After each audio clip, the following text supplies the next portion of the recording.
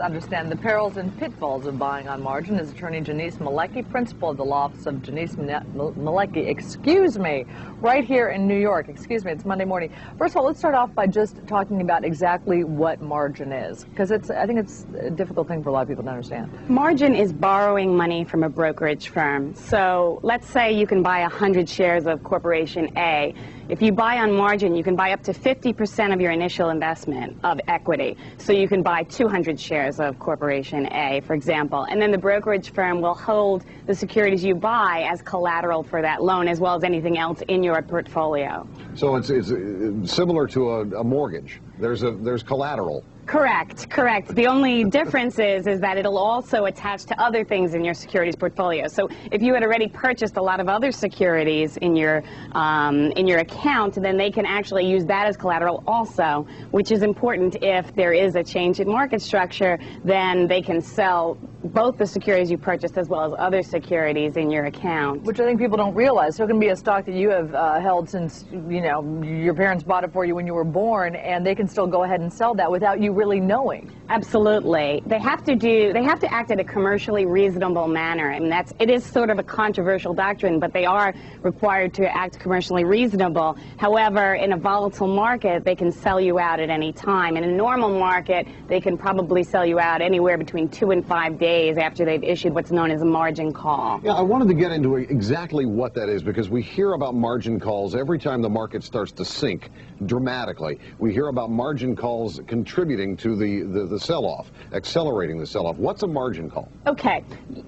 When you buy on margin, you have to have at least a minimum equity in your account of 25% under industry regulation. However, some firms have even a higher requirement, like 35 to 40%, meaning that that's how much equity you have to have in the account. So let's say you borrow, let's say 100% of your initial investment. So you bought 100 shares and then you borrowed for 100 shares.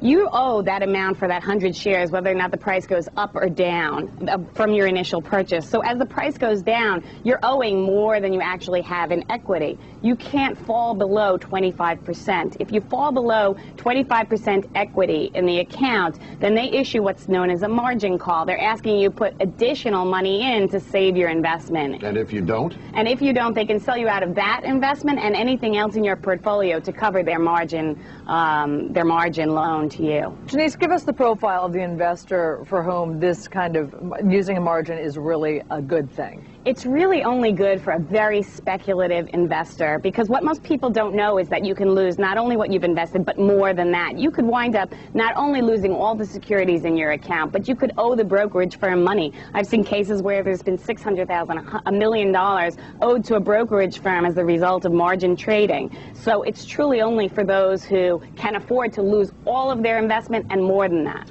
And we mentioned in the introduction to you that it's especially risky for those who are using online brokerages. Why is that an extra layer of risk? Absolutely. Online brokerages at this point in time, although yet another controversial doctrine, are trying to limit their responsibility to their customers. They are basically saying, we're just a portal for you to execute orders.